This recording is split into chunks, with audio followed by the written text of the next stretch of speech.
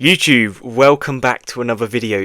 Oh my god, we have such a special video for you today. I've never had so much fun recording a chess video in my life, okay, in my life.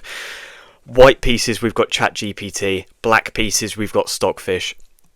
This is the most insane chess game I have ever seen in my life. The battle of the AI. Guys, if you're not going to stick around and watch how this game plays out, please at least skip to the end before you go, okay? Just stick to the end. Skip to the end, stick to the end.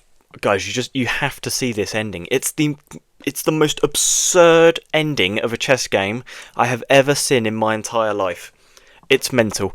If you enjoy this video, guys, please smash that like button. Subscribe if you are new. Oh my god, without further ado, let's jump straight into it. E4, C5. We get a Sicilian. Stockfish is not messing about. No respect for Chatgpt. Just wants to play aggressive. Wow. Knight F3, D6, D4, and then we get this trade-off in the middle. Knight F6, Knight C3, so just developing all the pieces, and then we get the move A6. This is the Najdorf variation of the Sicilian, I believe. It just stops any knight jumping to B5 because that could prove problematic later on for Stockfish. I know, mind-blowing stuff. Stockfish has issues too. We then get bishop to E2, we get E6, and then Chatgpt decides to castle. King safety, very, very important. From here, bishop to E7. Guys, also, these are all still like book moves, theory moves. If you don't know on chess.com, when you're analysing a game, it will highlight your move like brilliant, great. These are all still book moves. These guys are still in their theory. It's just absolutely mind-blowing stuff. We then get F4. I know it's a book move. I know this is still theory, right? So this is actually a very common move in the chess.com database. But never in a million years could you ever pay me enough money to play F4. The only way you'd ever want to move your F-pawn, guys, after castling, is if this dark square bishop isn't on the board anymore. And even then, at my level, at most of your guys' level, it's like just never bother moving it. Because if this light square bishop somehow later on gets into the game on this square, Chatgpt is going to have a lot of problems. A lot of problems. Without perfect play, this gets very scary for Chatgpt. But nonetheless, we get F4, and from here, Queen C7. So just putting the queen on a square that's going to cause some problems. You know, later on it's going to target this pawn on F4. It makes a lot of sense. Bishop to E3. Again, this is still theory. All these moves have been played so many times. All still theory. It's actually kind of scary how Chatgpt just has access to all this theory and this breadth of knowledge. It's terrifying. Stockfish castles. Both kings are now castled. Opening is now over. All the pieces are developed pretty much, except like for Stockfish these two aren't, but they will quickly be developed. It's clear where they want to go. Chatgpt has done a very good job of activating the pieces, getting the king to safety. Got a nice strong pawn centre. If you asked me what position I'd want to play with in a game, I'm picking Chatgpt every single day of the week. From here we get the move A4.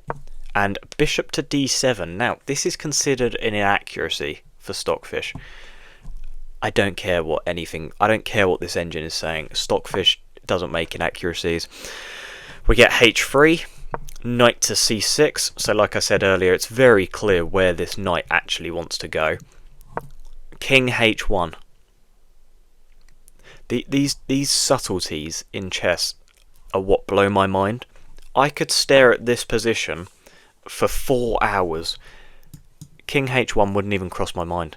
It wouldn't even cross my mind. It makes complete sense because Stockfish eventually is going to want to put their pieces on this diagonal, and so Chatgpt just goes, you know what, in 100 moves time I don't really want to deal with that issue, so I'm going to put my king on H1 right now. These guys are just so many moves ahead, it's absolutely mind-boggling.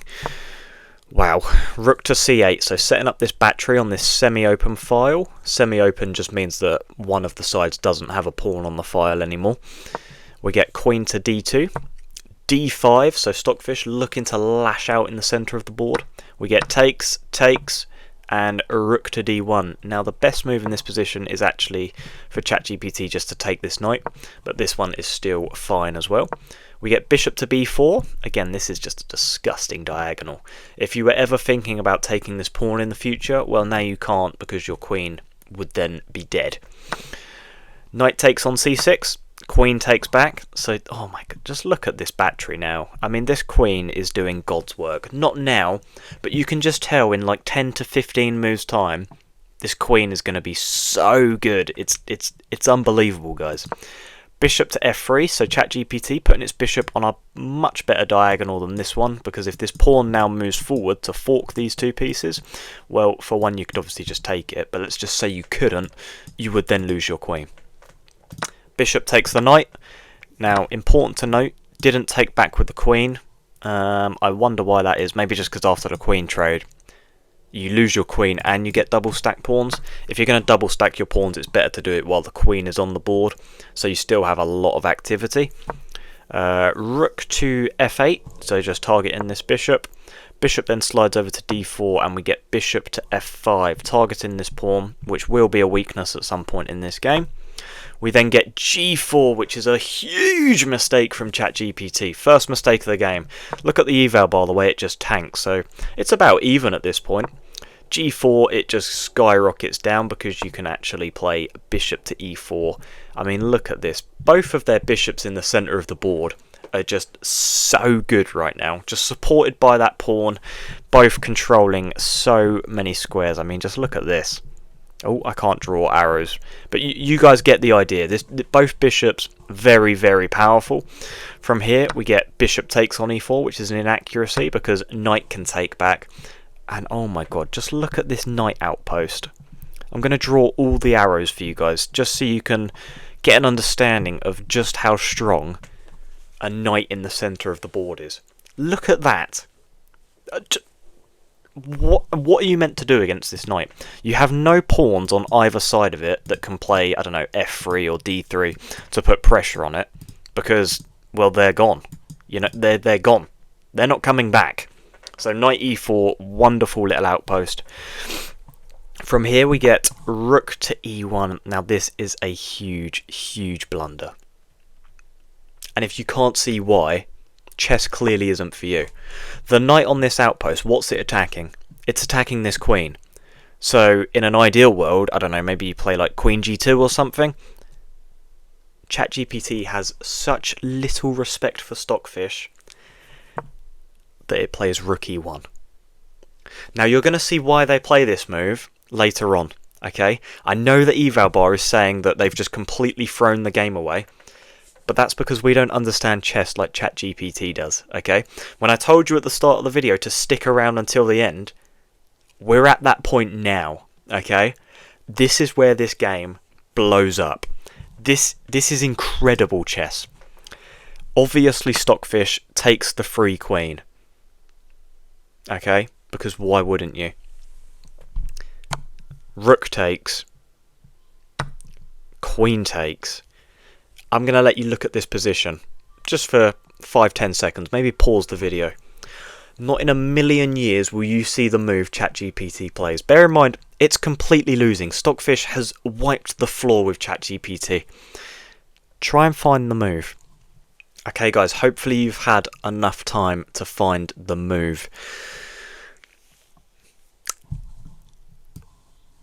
Rook takes. What? ChatGPT. Look, I don't argue with ChatGPT. When it told me this move, I wanted to say, look, it's not possible for you to play this move. That's not how rooks work. But who am I to tell this AI genius that they're playing chess wrong? I'm not going to do that, guys. Now, you might just be thinking, well, black is still completely winning because they just take back and they're just up a rook. I mean, how do you even lose this position for Stockfish? Guys, I want you again to pause the video. Try and work out what ChatGPT plays. They've got mate in 1, apparently. According to ChatGPT, they have mate in 1. Obviously, according to the eval bar, it's -5. It's -6. You know, Stockfish is wiping the floor. But that's not what ChatGPT told me. Okay. Do you know what they told me? They have a rook fly in and take their rook. Stockfish is playing a literal god, okay, and that's the game over. That is the game over. There's nothing Stockfish can do. Game's done. Chatgpt brought in a rook from a different board or something. I don't know. Maybe they had another game going on next to him, and Chatgpt was like, "Oh, sorry, mate. Do you mind if I borrow your rook? Just need to checkmate Stockfish." I was not going to be the one to tell Chatgpt that's not how the game works. Okay? Don't shoot the messenger, guys. I'm just doing what I was told by the AI overlords. Chatgpt clearly better than Stockfish. Can anyone beat Chatgpt? Let me know. I have a video on my channel where I play Chatgpt. I was a bit stricter. I didn't let them just grab other rooks from other boards, but I'm not going to tell them no. Not ever again, guys. If you've enjoyed this video, please be sure to smash that like button. I would greatly appreciate it. Comment down below any other AIs you want to see go head to head. Subscribe if you are new. Get out of here.